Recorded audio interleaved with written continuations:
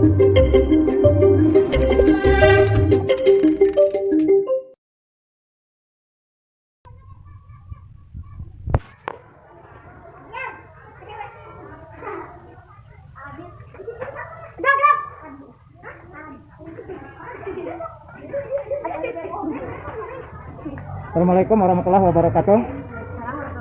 Nah, sebelum kita masuk ke kelas ya, nanti ketua kelasnya mempersilahkan barisannya untuk masuk ke ruang kelas. Ya, dipersilakan ketua kelasnya dipimpin langsung duluan.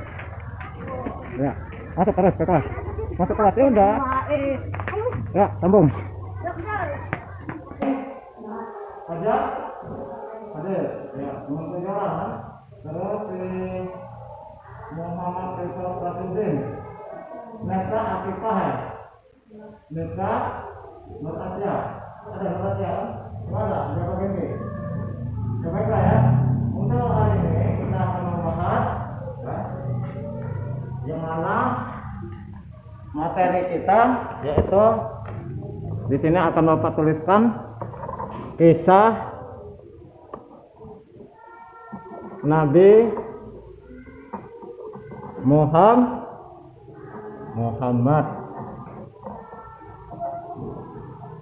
S.A.W. Jadi inilah yang akan kita bahas, kisah Nabi Muhammad S.A.W.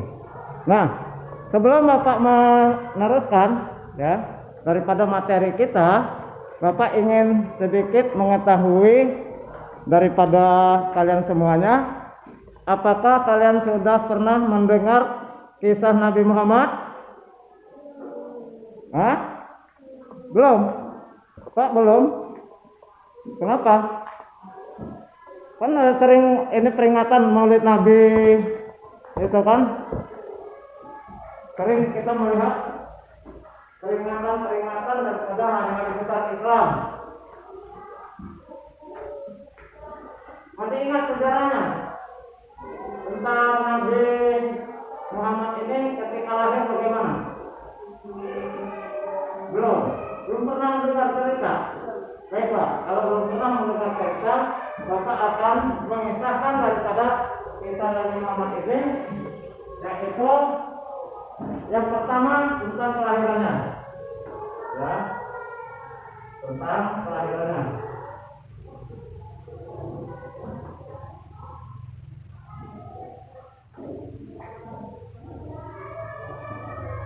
Tentang kelahirannya, ya.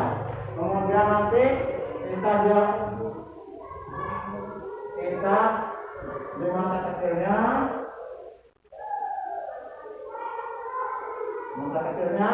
dan insya Allah nanti akan Bapak setelah kita akan melihat videonya, nanti akan Bapak akan ada videonya ya.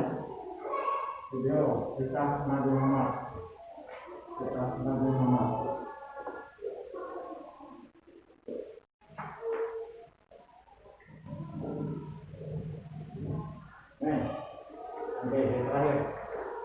Terakhir daripada itu nanti kalian juga akan melihat daripada video tersebut dan kalian nanti akan membuat satu pertanyaan dari setelah kalian melihat video tersebut. Nah, kemudian kita akan masuk ke bagian pertama, yaitu tentang kelahiran Nabi Muhammad SAW. Ya. Nabi Muhammad ini ada yang dikenal dengan Muhammad.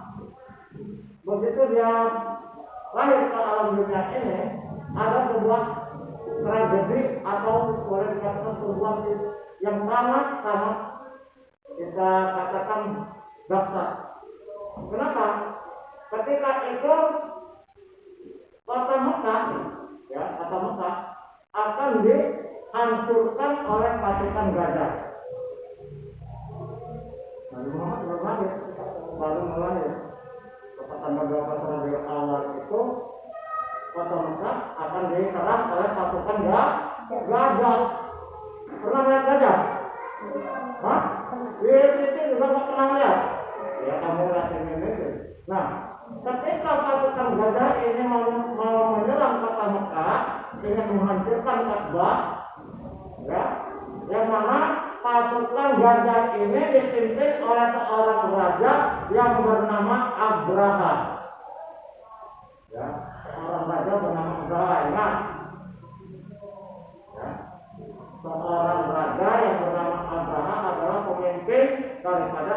bergajah untuk menghancurkan Ka'bah atau kota Mekah saat itu. Nah, ketika itu lahirlah yang namanya Muhammad ini, ya, dengan ada bantuan dari Allah Subhanahu wa taala. Karena Muhammad adalah kekasih Allah. Jadi dia mendapatkan bantuan dari Allah Subhanahu wa taala.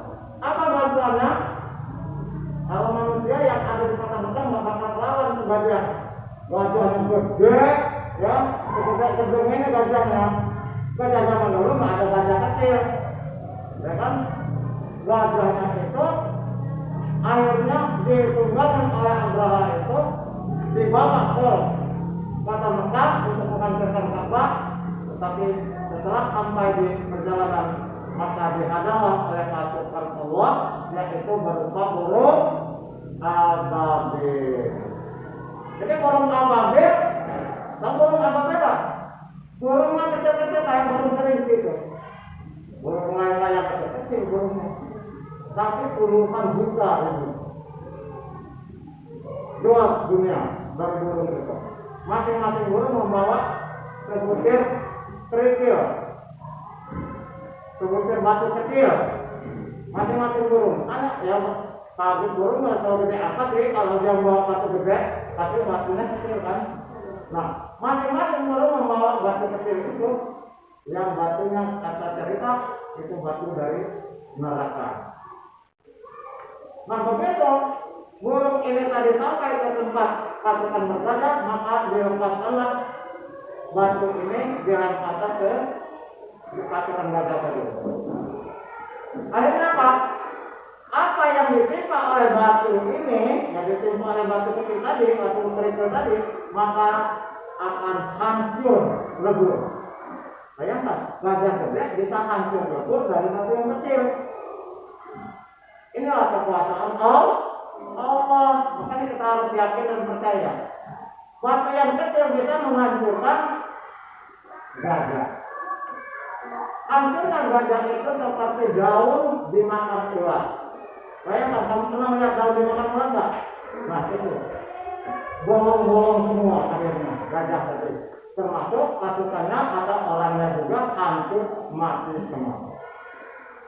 Nah itulah kisah daripada kelahiran Nabi Muhammad ini. Tepatnya pada tanggal 12 Rabiul Awal. Makanya sampai saat ini umat Islam selalu memperingati daripada kelahiran Nabi Muhammad, yaitu sebagai hari Maulid Nabi. Makanya kita harus selalu berselawat kepada Nabi. Allahumma sholli ala Muhammad. Ya. Ayo, bareng. Allahumma sholli ala Muhammad. Ya Rabbi sholli alaihi wasallim.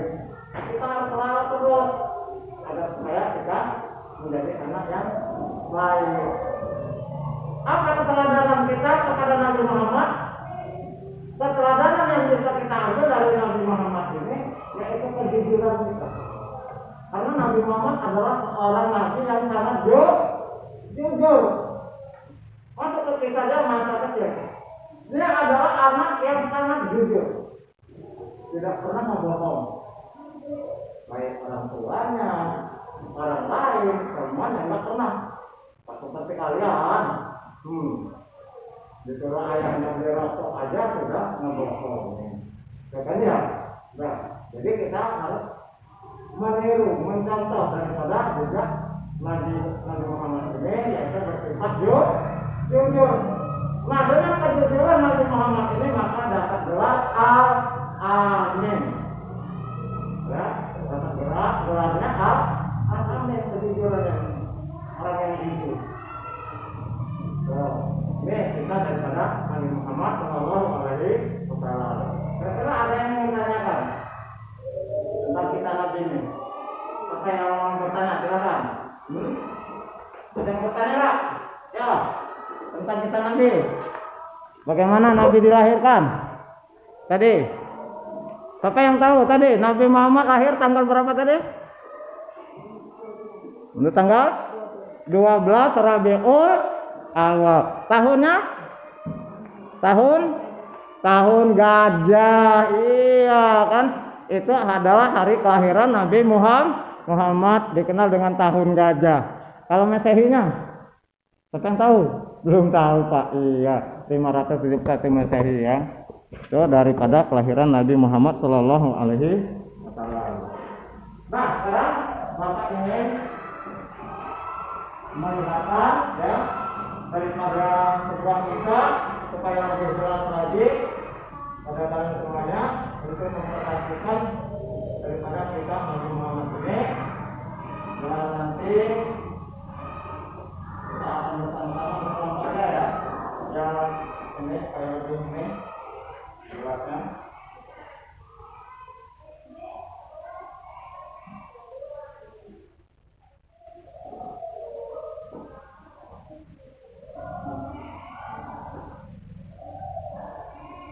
Ya, kita akan mulai.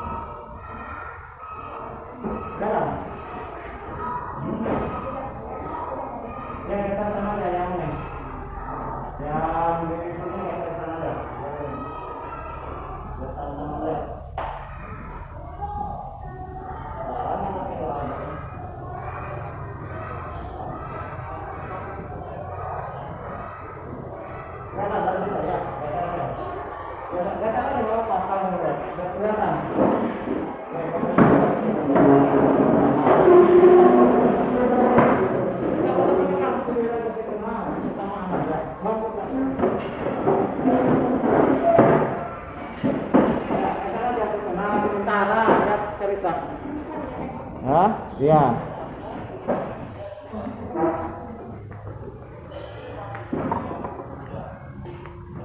Kelihatan situ? Kelihatan? Ya. Mic-nya lupa Bapak bawa.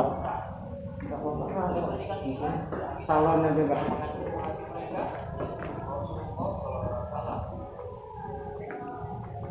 Suatu hari, saat Aminah masih tengah mengandung, Abdullah meninggalkan istrinya yang tengah mengandung itu untuk pergi ke Syam guna melakukan perjalanan berdagang. Dalam perjalanan itu, Abdullah bersama membawa kafilah-kafilah rombongan dagang orang Quraisy. Karena itulah Siti Aminah akhirnya menjaga buah hatinya tanpa didampingi sang suami. Pada saat dalam perjalanan, Abdullah mengalami sakit yang cukup keras. Kemudian dia memutuskan untuk kembali. Dalam perjalanan kembali, dia memutuskan singgah di kota Yathrib untuk beristirahat. Sakit yang menyerang beliau semakin hari semakin parah. Beliau terbaring sakit sekitar kurang lebih 1 bulan lamanya. Kemudian saat Abdullah masih terbaring sakit di kota Yathrib atau Madinah, para rombongan dagang memutuskan untuk melanjutkan perjalanan menuju kota Mekah untuk mengabarkan kepada pihak keluarga tentang kondisi Abdullah yang kian lama kian kritis akibat sakit yang masih dialaminya. Sesampainya di kota Makkah, dagang kemudian menemui pihak keluarga Abdullah. Mereka lalu menyampaikan mengenai kondisi Abdullah di kota Yathrib yang sedang sakit-sakitan. Kemudian setelah mendengar kabar musibah itu, sang ayah yaitu Abdul Muthalib mengirim putranya yang paling tua yang bernama Haris untuk mengetahui kondisi Abdullah. Sesuai perintah dari sang ayah, kemudian berangkatlah Haris atau sang kakak Abdullah untuk menjemput adiknya di kota Yathrib. Sesampainya di kota Yathrib, maka Haris segera mengunjungi tempat di mana Abdullah sakit.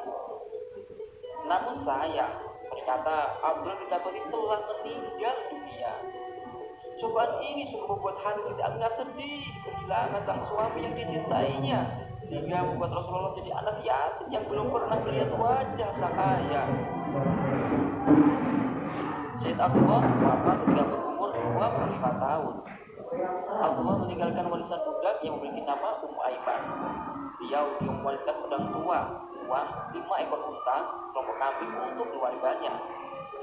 Beliau hanya memiliki seorang putra saja, yaitu hanya Rasulullah SAW. Jenazah beliau dimakamkan di kota Madinah Al-Munawwarah, tepatnya di perkampungan paman ayahnya dari suku Bani An-Najjar di sebuah bumi yang dikenal dengan sebutan Dar At-Tabgha. Di Dikisahkan ketika Siti Aminah sedang mengandung Rasulullah SAW, beliau pernah bermimpi didatangi sosok orang yang berkata, "Sungguh kamu mengandung pemimpin umat ini. Jika kelak kamu melahirkannya, maka ucapkanlah, aku meminta perlindungan untuknya kepada Allah yang Maha Esa dari segala keburukan para pendengki. Dan berilah nama dia Muhammad." Banyak sekali peristiwa aneh dan dahsyat yang menyelimuti Siti Aminah yang tengah mengandung. Di antara ketika beliau mengandung Rasulullah, beliau melihat seberkas sinar yang keluar dari perutnya. Peristiwa ini sungguh menakjubkan. Pasalnya, akibat sinar-sinar yang memancar itu, beliau bisa melihat dan memandang istana-istana Busra yang berada di Syam. Subhanallah. Tidak hanya itu saja, masih banyak peristiwa-peristiwa aneh yang menakjubkan menjelang kelahiran sang Rasul mulia Nabi Muhammad SAW. Raja Abraha dahulunya merupakan perwira di bawah kepemerintahan Aryat yang berasal dari Habasyah atau negara Ethiopia kalau sekarang. Suatu waktu, pasukan Aryat berhasil meruntuhkan dan mengambil alih kekuasaan kerajaan Himyar di Yaman. Atas kemenangan itulah, maka diangkatlah Aryat menjadi Raja Yaman dan mengambil seluruh wilayah dan roda kepemerintahan kerajaan. Namun dalam masa kepemimpinan Aryat, dia malah bersikap zalim, bengis, dan tidak bersikap adil terhadap rakyatnya. Hal ini membuat banyak sekali pihak yang marah. Oleh sebab itu, muncullah para pemberontak di bawah komando Abraha yang ingin menggulingkan kekuasaan Aryat. Walhasil, akhirnya Aryat berhasil dibunuh setelah 2 tahun menjabat sebagai penguasa. Setelah itu, maka diangkatlah Abraha sebagai penguasa negeri Yaman. Setelah menjadi raja, Abraha ingin sekali menggempur Ka'bah. Pasalnya, ia tidak suka melihat banyak orang-orang Arab yang berbondong-bondong ke Mekah untuk haji dan umroh. Di sisi lain, Abraha adalah seorang pembela agama Kristen. Ia berusaha mencari cara agar bisa mengkristenkan orang-orang Arab dengan menjadikan Yaman sebagai pusat kekristenan. Jika Abraha bisa mengkristenkan orang Arab, maka dia akan mudah untuk menguasai seluruh wilayah Jazirah Arab. Abraha kemudian membangun gereja super megah dan besar yang bernama Al-Qolis, gunanya untuk menandingi bangunan Ka'bah. Bangunan itu berada di kota Marib. Material yang digunakan untuk membangun gereja itu terbuat dari batu marmer dan granit. Abraha banyak mempromosikan bangunan megah itu kepada orang-orang Arab, bahkan dia memaksa mereka untuk mengunjungi Al-Qolis agar mereka tidak lagi pergi ke Ka'bah. Namun sayang, orang-orang Arab tidak sudi meninggalkan tradisi berhaji dari nenek moyang mereka dulu dan menolak untuk mengunjungi gereja Al-Qolis serta menjadi pengalut Kristen. Hal ini didasari rasa hormatnya orang-orang Arab terhadap Ka'bah dan selalu mempertahankan agama dari nenek moyang mereka. Hal inilah lalu membuat Abraha sangat jengkel atas penolakan itu. Dikisahkan, dahulu ada seorang dari Bani Malik bin Kinanah yang mendatangi gereja Al-Qolis. Kemudian orang itu dan buang air besar di gereja itu. Dia melakukan itu sebagai rasa tak sudinya dia meninggalkan agama leluhur mereka dan menolak menjadi pemeluk agama Kristen. Hal inilah yang akhirnya membuat Abraha marah karena gerejanya dilecehkan.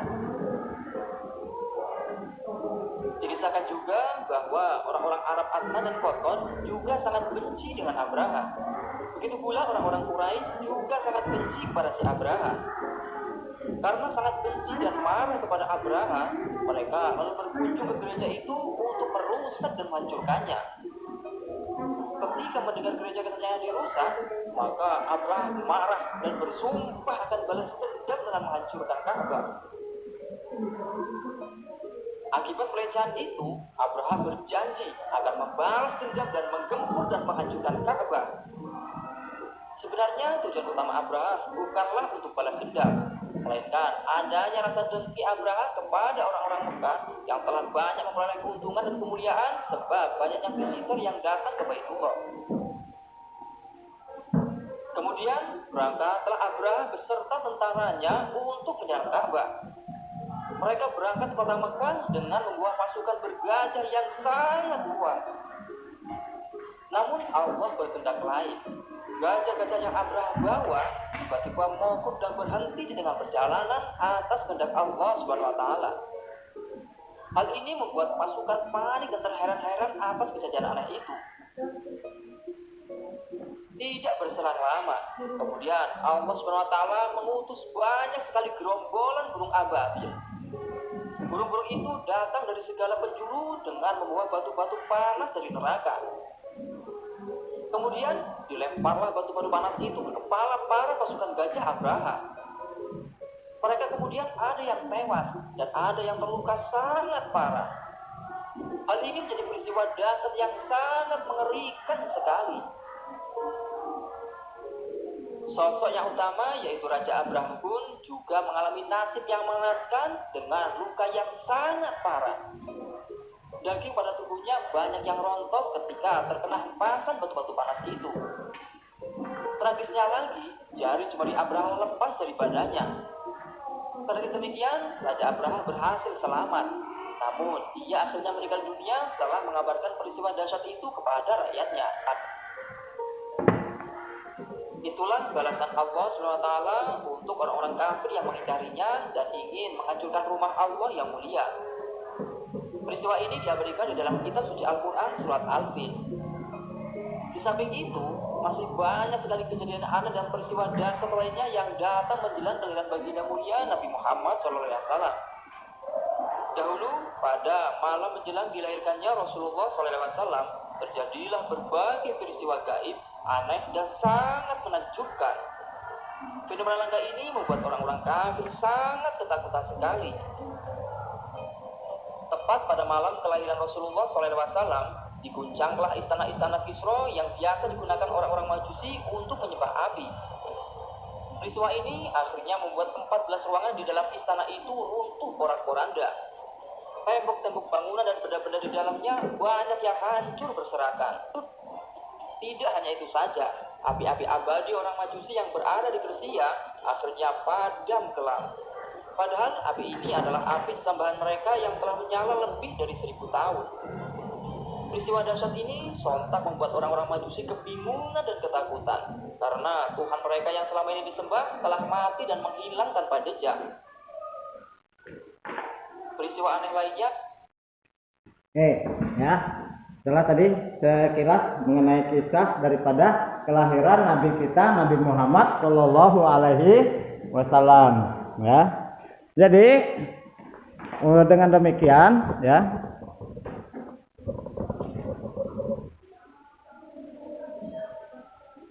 kita harus meneladani apa yang sudah diajarkan oleh baginda Rasulullah SAW kepada umatnya, yaitu umat Islam, terutama diri kita, untuk meneladani apa yang dia ajarkan, yaitu tentang kebaikan-kebaikan yang ada saat ini.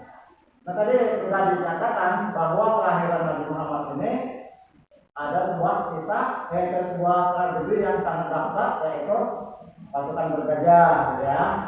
Kemudian adanya burung ababil, kemudian ada lagi istana raja diguncang oleh gempa yang meruntuhkan bangunan di sana dan matinya api yang mereka sembah.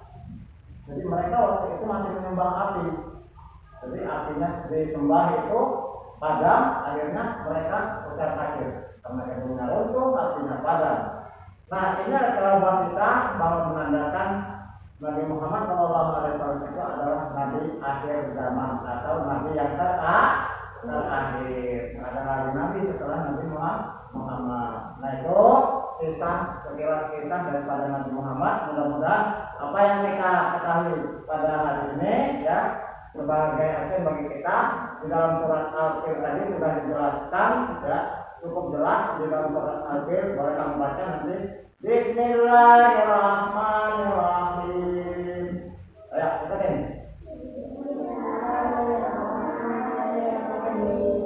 Alam tara kaifa fa'ala rabbuka bi ashabil fil. Alam tara kaifa fa'ala rabbuka bi ashabil fil.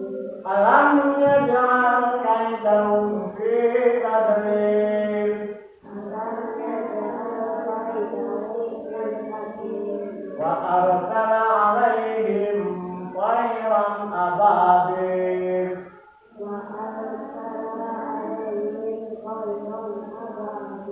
tarmihim bihijaratin min sijil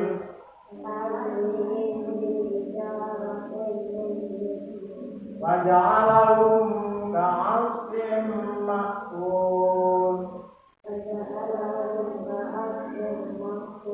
Nah ini menandakan sebuah kisah Nabi Muhammad itu dituangkan, diceritakan dalam Al-Quran. Atau di sini ada yang mau tanya? Ayo silakan. Apa arti pasukan bergajah? Itu arti. Ada yang terakhir. Pada alahum ka'asfin ma'kul. Itu seperti daun dimakan ular. Tadi yang sudah Bapak ceritakan tadi. Ya itu ya sekilas cerita kita dan sejarah daripada Nabi Muhammad Sallallahu Alaihi Wasallam.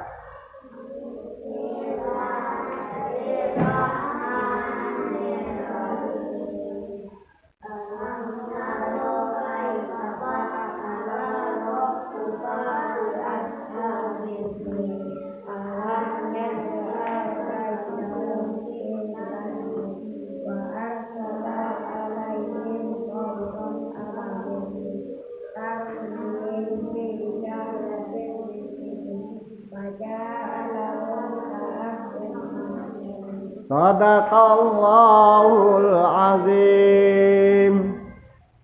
Nah, sebagai penutup ya.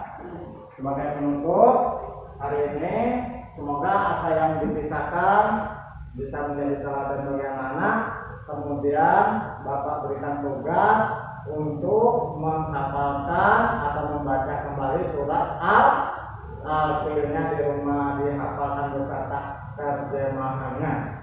Ya, sudah perlu ditulis di buku catatan agamanya tentang surat Al-Fil. Sampai sini ada yang mau tanya, silakan tanya dulu. Sebelum berakhir, ada yang mau tanya nggak? Nah, nggak ada. Ya, kita akhiri saja, akhir saja ya pertemuan kita hari ini. Wabillahi taufiq wal hidayah. Assalamualaikum.